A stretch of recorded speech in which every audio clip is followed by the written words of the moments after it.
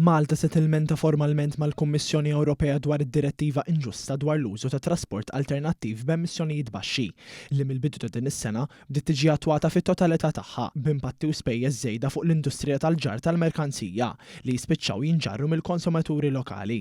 Dan tħabbar mill-Ministru għat-Trasport, l-Infrastruttura u x-Xogħlijiet Pubbliċi Chris Bonnet waqt li indirizza t-tieni konferenza organizzata mill-Assoċjazzjoni tal-Operaturi ta' Trakkijiet u Trailers l-ATTO. Il-Ministru saħaq li ċerti inċentivi Ewropej huma kruċjali għal pajjiżna u direttiva bħal din tipprovdi għall operazzjonijiet iżjed sostenibbli u effiċjenti.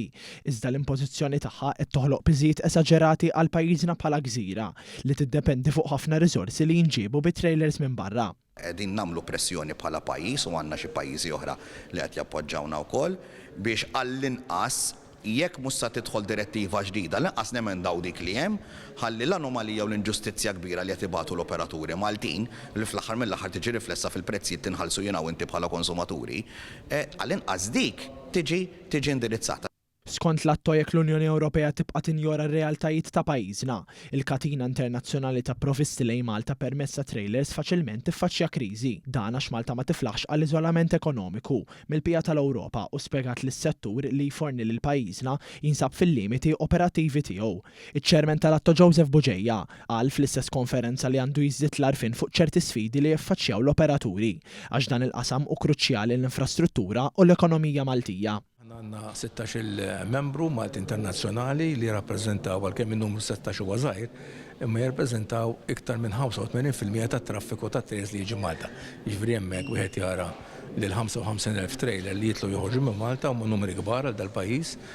Noperaw fuq 6 vjaġġi fil-ġimgħa, jiġifieri dan huwa servizz li huwa importanti ħafna għall-pajjiż huwa s-sinsla tat-trasport. Sa dan it-tant il-Ministru Bonnet enfasizza kif is-settur marittimu qed ikompli avvanza waqt li jimxi id fit mal-industrija tat trasport lokali u għalhekk il-Gvern ukommess li jipproteġih u jibqa' jinvesti fih.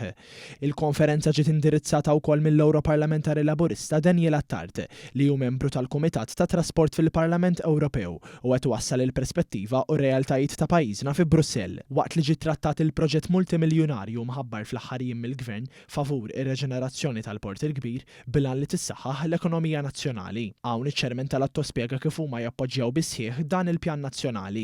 Appella għal diskussjonijiet holistiċi fejn l-operaturi jiġu informati bil-proċessi la darba l-Port il-Kbir u l-punt tal-operazzjonijiet kollha tagħhom.